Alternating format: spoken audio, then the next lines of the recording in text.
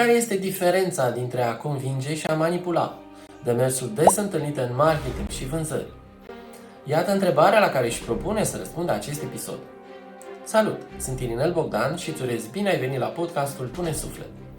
Aici vei găsi experiențe relevante și cuvinte de duh ale unor oameni care îți pot deschide perspective noi în viață sau în afaceri. Deci fie că te străduiești să dai măsura potrivită la locul de muncă sau în afaceri, acest podcast este pentru tine. Cum putem afla dacă cineva încearcă să ne convingă sau vrea doar să ne manipuleze? Iată întrebarea la care voi încerca să răspund în acest episod al podcastului Pune Suflet. De asemenea, vom afla ce anume contribuie la formarea unei atitudini corecte, cum putem atrage beneficii însemnate și cum putem evita să fim manipulați. Dar să trecem la treabă. Ce înseamnă a convinge? A contribui la formarea unor convingeri corecte în legătură cu un produs sau un serviciu, convingeri care ne pot ajuta să beneficiem de acestea. Însă, pentru a nu confunda încercarea de a convinge cu intenția de a manipula, trebuie să avem în vedere trei aspecte esențiale. Convingerile stau la baza respectului. Astăzi, unii dintre noi consideră că a convinge înseamnă a manipula, lucruri care îngreunează procesul deservirii consumatorului, scopul final al oricărui demers antreprenorial. Prin urmare, în loc să privim oferta ca pe o propunere de a ne convinge singuri că putem rezolva o problemă sau atinge un rezultat pe care ne-l dorim, alegem să ne închidem pentru a nu fi manipulați. Și totuși, libertatea de alegere rămâne un reper esențial în orice demers antreprenorial, în care soluțiile sunt doar un prilej de a construi relații bazate pe respect și avantaj reciproc. De obicei, oamenii vor să fie ghidați în găsirea celor mai bune soluții la problemele lor și să cumpere ceea ce ei cred că li se potrivește, dând banilor cea mai bună utilizare. Mai mult, dincolo de interesul personal, oamenii se bucură să participă și la susținerea unor inițiative sau cauze care fac bine celorlalți. Dreptul fiecăruia de a deține cunoștință de cauză trebuie să stea mereu la baza respectului pe care oamenii de afacere, cei din marketing și din vânzări îl datorează consumatorului cu care ei înșiși trebuie să se identifice. Orice lezare a acestui drept dăunează tuturor, submină relația cu clientul și implicit misiunea întregului demers antreprenorial. Convingerile bune ne aduc beneficii. Antreprenorii trebuie să fie motivați de a căuta mereu mijloace și resurse pentru a deservi cât mai bine un număr tot mai mare de clienți, asigurând în acest fel dezvoltarea unei afaceri în beneficiul tuturor.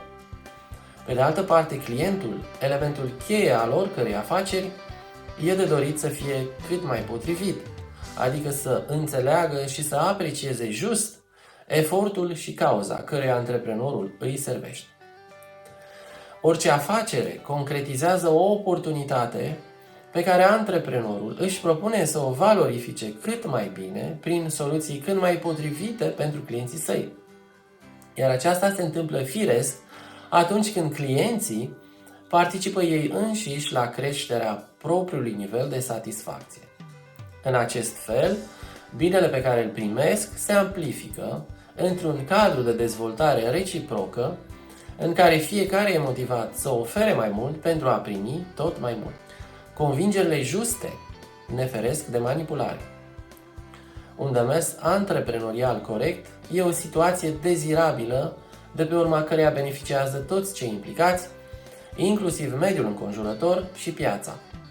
O afacere nu este doar un mijloc ideal de a câștiga o pâine, ci un mod de viață responsabil și angajat într-o dezvoltare continuă, conectat cu piața ca expresie fidelă a tuturor schimbărilor de zi cu zi.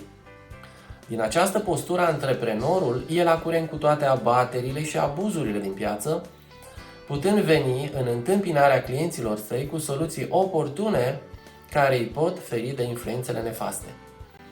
Comunicarea este folosită de antreprenor pentru a transmite mesajul său celor chemați să beneficieze de soluțiile sale, alăturându-se astfel unui demers menit să aducă beneficii tuturor. Într-o astfel de relație, bazată pe respect și avantaj reciproc, fiecare e motivat să ofere mai mult, antreprenorul valoare, iar clientul susținere pentru un trai mai bun și mai responsabil. În final, dacă vei folosi aspectele menționate ca pe niște criterii de validare a oricărei oportunități care ți se prezintă, atitudine respectuoasă, beneficii autentice, informare corectă, putem acorda liniștiți o șansă soluției propuse, punându-ne la adăpost de orice tentativă de manipulare. Dacă ai găsit ceva util în acest episod, aș aprecia tare mult un click pe butonul like. De asemenea, dacă ai întrebări legate de acest episod sau de oricare alt aspect pomenit aici, îmi poți lăsa un comentariu în secțiunea de mai jos. Astfel, mă voi asigura că videoclipurile pe care le vei găsi aici vor fi cât mai apropiate de ceea ce îți dorești.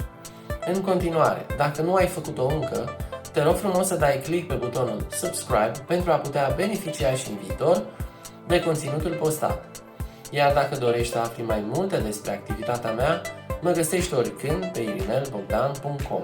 Îți mulțumesc pentru atenția acordată și te aștept cu drag la episoadele următoare. Doamne ajută!